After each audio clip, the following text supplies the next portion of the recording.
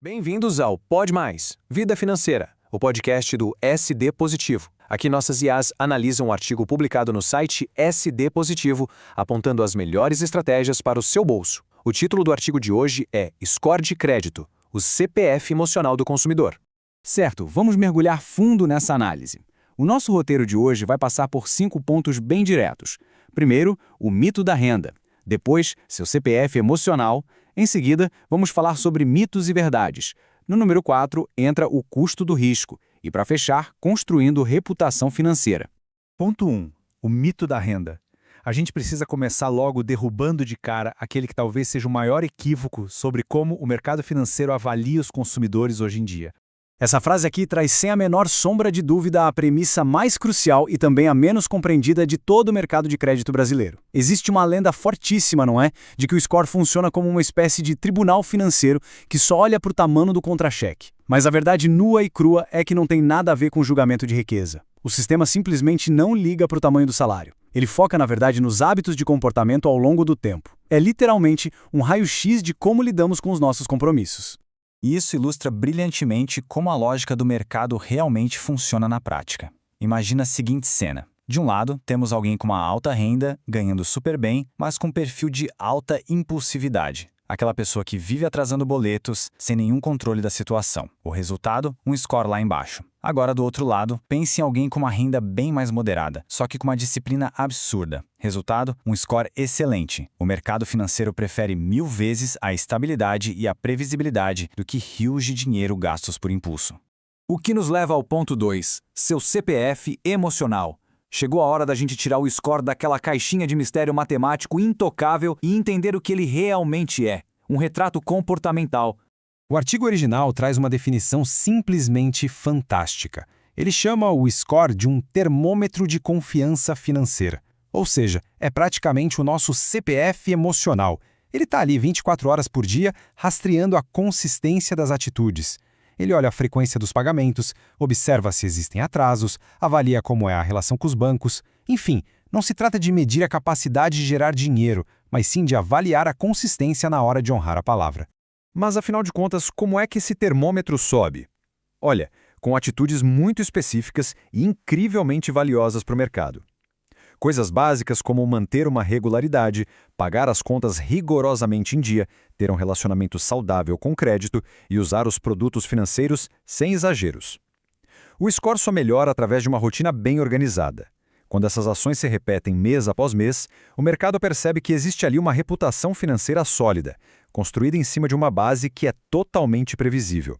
Em contrapartida, o que faz a pontuação despencar? Pois é, atrasos constantes, deixar dívidas rolando no automático sem tentar pelo menos uma negociação, sair por aí pedindo crédito adoidado e, claro, a desorganização em geral. E aqui cabe um parêntese super importante. Esses comportamentos não derrubam o score porque o sistema é cruel e quer punir as pessoas.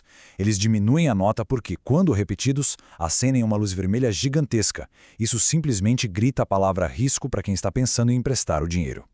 Bom, vamos para a parte 3, mitos e verdades. Hora de limpar o terreno e tirar a limpo as grandes dúvidas sobre o que realmente afeta essa nossa confiança na praça.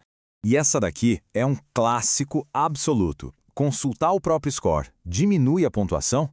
Tem muita gente que morre de medo de sequer abrir o aplicativo achando que o número vai cair na mesma hora. Gente, isso é um mito total. Acompanhar o próprio CPF não só não prejudica em nada, como é um sinal claríssimo de um controle financeiro super saudável. Encarar a própria realidade nunca é o problema. Então, o ponto crucial é este aqui. O que realmente gera um impacto negativo imediato não é de forma alguma consultar o próprio nome, mas sim fazer uma enxurrada de pedidos de crédito em um intervalo de tempo muito curto. Pensa só, quando alguém sai pedindo cartão e empréstimo em 3, 4 instituições diferentes na mesma semana, o sistema lê isso como uma urgência financeira desesperada. E, obviamente, isso eleva a percepção de risco lá para as alturas. E também temos a famosa ilusão da solução mágica. Que tal uma dívida aumenta o score na mesma hora? O pensamento costuma ser, bom, pago essa dívida hoje e amanhã o meu score está no teto, certo? Errado.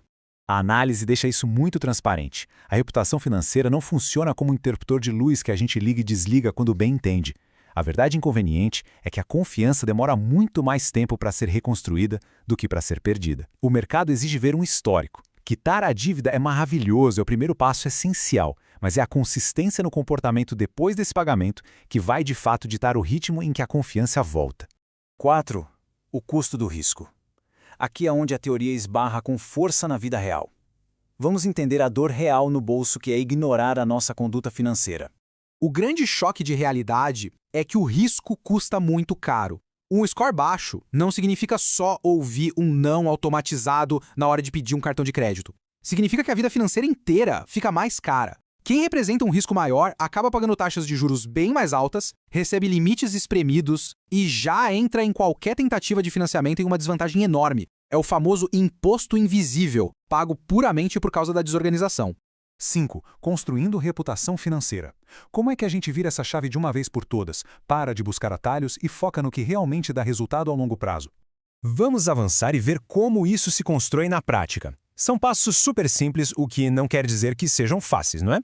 Número 1. Manter uma organização financeira sólida. 2. Ter a disciplina de pagar as contas rigorosamente em dia. 3. Se aparecerem dívidas, buscar uma negociação rápida e proativa sem fingir que o problema não existe. E 4. O uso extremamente consciente do limite de crédito. São exatamente esses hábitos diários que vão criar aquele histórico positivo que o mercado tanto procura. E essa é a grande mudança de paradigma que a análise traz para a mesa. O score deve ser sempre encarado como uma consequência natural e não como o objetivo principal da nossa vida. Tentar aumentar o score de forma desesperada só causa ansiedade e faz a gente tomar decisões precipitadas. O foco tem que ser unicamente em melhorar o comportamento diário com o dinheiro. Quando a gente ajusta a nossa rotina, o aumento dos pontos lá no sistema vira uma consequência maravilhosa e inevitável.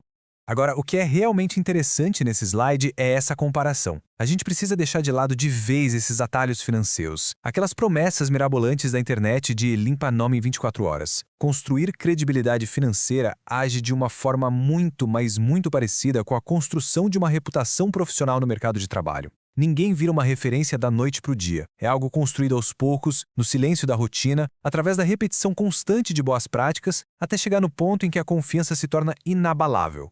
E chegamos ao ponto central de toda essa reflexão. Reputação financeira não nasce de um salário alto nem de uma única decisão inteligente. Ela se constrói no cotidiano. É em cada pequena escolha consciente e responsável que tomamos todos os dias com os nossos recursos.